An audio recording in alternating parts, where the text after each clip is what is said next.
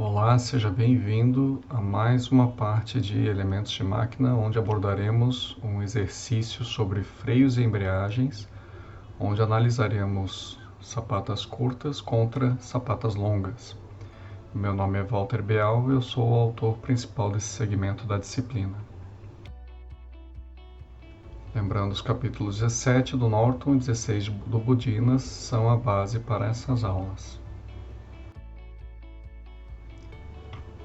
O exercício em questão, ele utiliza das fórmulas do livro para comparar duas situações, na verdade mais de duas situações, nas diferenças entre os resultados, se nós considerarmos sapata de ângulo curto, né? Lembrando que sapata curta tem aquela consideração de que é até 45 graus, sapata longa é acima de 45 graus o ângulo de abertura.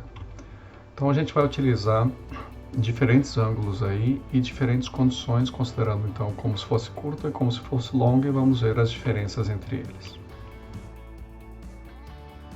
No enunciado, né, ele coloca justamente essa questão da aproximação da sapata curta, onde a gente considera que as forças são uniformes, né, as forças de fricção e forças normais, e que na sapata longa, que é acima de 45 graus, isso não é considerado e que a gente tem que integrar, né, do θ1 ao θ2.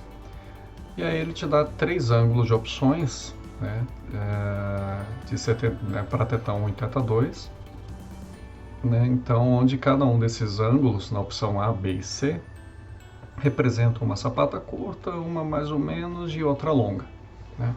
E aí ele dá os demais dados aí com a x igual a 8, bx igual a 6, by igual a 4, raio de 5 e a espessura em 2 polegadas, sendo que a pressão máxima suportada 250 psi e o Mi de 0,35, tá?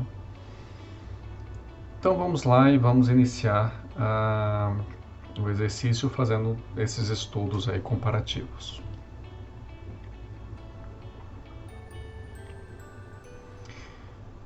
Reforço que o solucionário apresenta erro nos dados de entrada em relação ao enunciado. Então, muito cuidado com o solucionário. E aqui nós vamos alterar tudo para o sistema métrico internacional, né, porque nós temos que abandonar realmente o sistema inglês, né, isso é uma briga, inclusive dentro dos Estados Unidos e Inglaterra e outros países que adotam o sistema imperial. E a gente tem que partir para o sistema ISO, ou seja, o sistema SI. Tá? Então aqui estão os dados de entrada. E vamos lá para resolver como se fossem todas sapatas curtas. Tá? Então sapatas curtas a gente vai utilizar as fórmulas que consideram que as forças normal e de fricção são uniformes. Então para definir o θA, o θB e o θC, a gente vai simplesmente, né, tirar o θ2 menos θ1, θ2 menos θ1 para cada uma dessas condições e vai ter 30, 40 e 50 graus. Então as duas primeiras se encaixariam como sapata curta, já a terceira seria considerada sapata longa.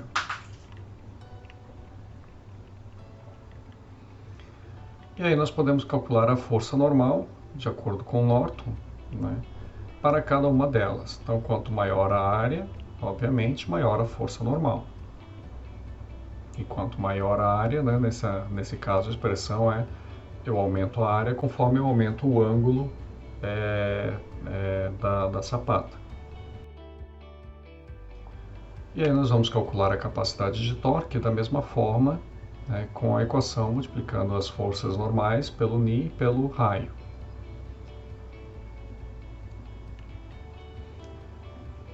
E aí, determinando o comprimento C, que é R menos BY, né? Então, lembrando dessa imagem aqui,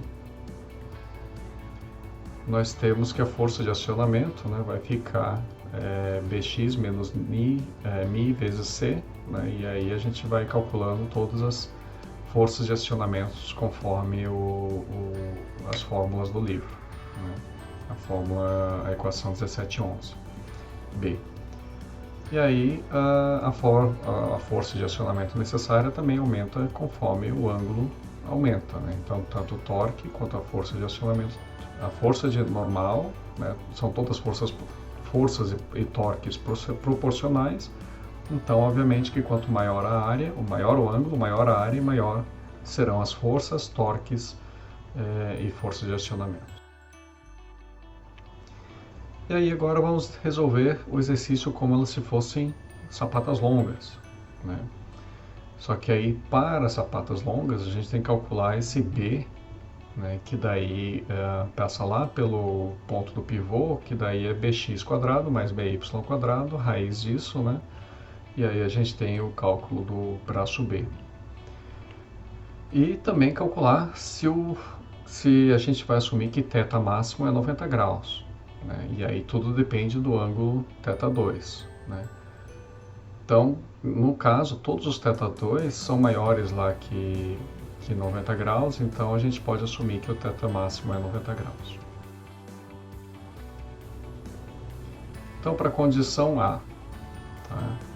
Nós temos que o torque vai ser calculado aqui, a força normal calculada aqui, a força de fricção calculada aqui e o momento e a força de acionamento, né, vai ser calculada aqui embaixo, né?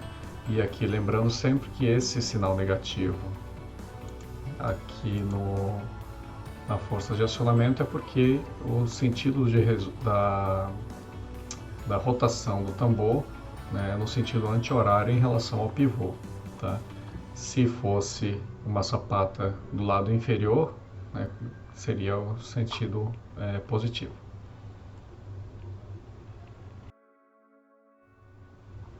A mesma coisa eu executo para a condição B, não muda nada em relação ao anterior, né, as fórmulas, só vai mudar os ângulos aqui, ok?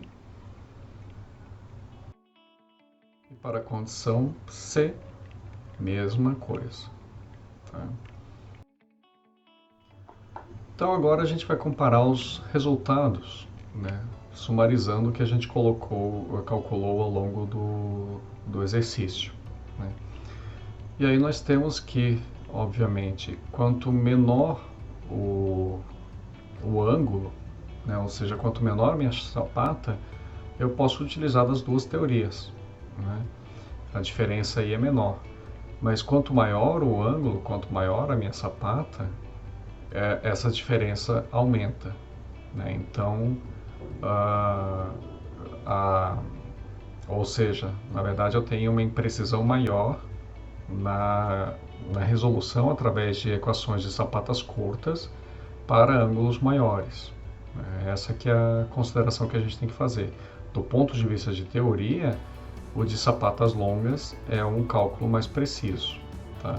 Mas vejam que a gente está trabalhando com uma diferença bem pequena entre esses valores para ângulos pequenos. Então o problema maior é realmente ângulos maiores. Sapatas longas devem ser estritamente calculadas com equações para sapatas longas. Tá bom? Então, essa que é a moral desse exercício aí, fazer essa comparação entre os dois processos. Nossas referências. O conteúdo é para entrar na sua cabeça, mas todo o material aí, vídeos, PDFs, docs, documentos Matcad, etc., é de direito autoral do professor, não repasse adiante. Mais uma vez, obrigado pela paciência, pela atenção, e se tiver alguma dúvida, posta lá no sistema de ensino para que a gente possa tentar tirar ela. Obrigado.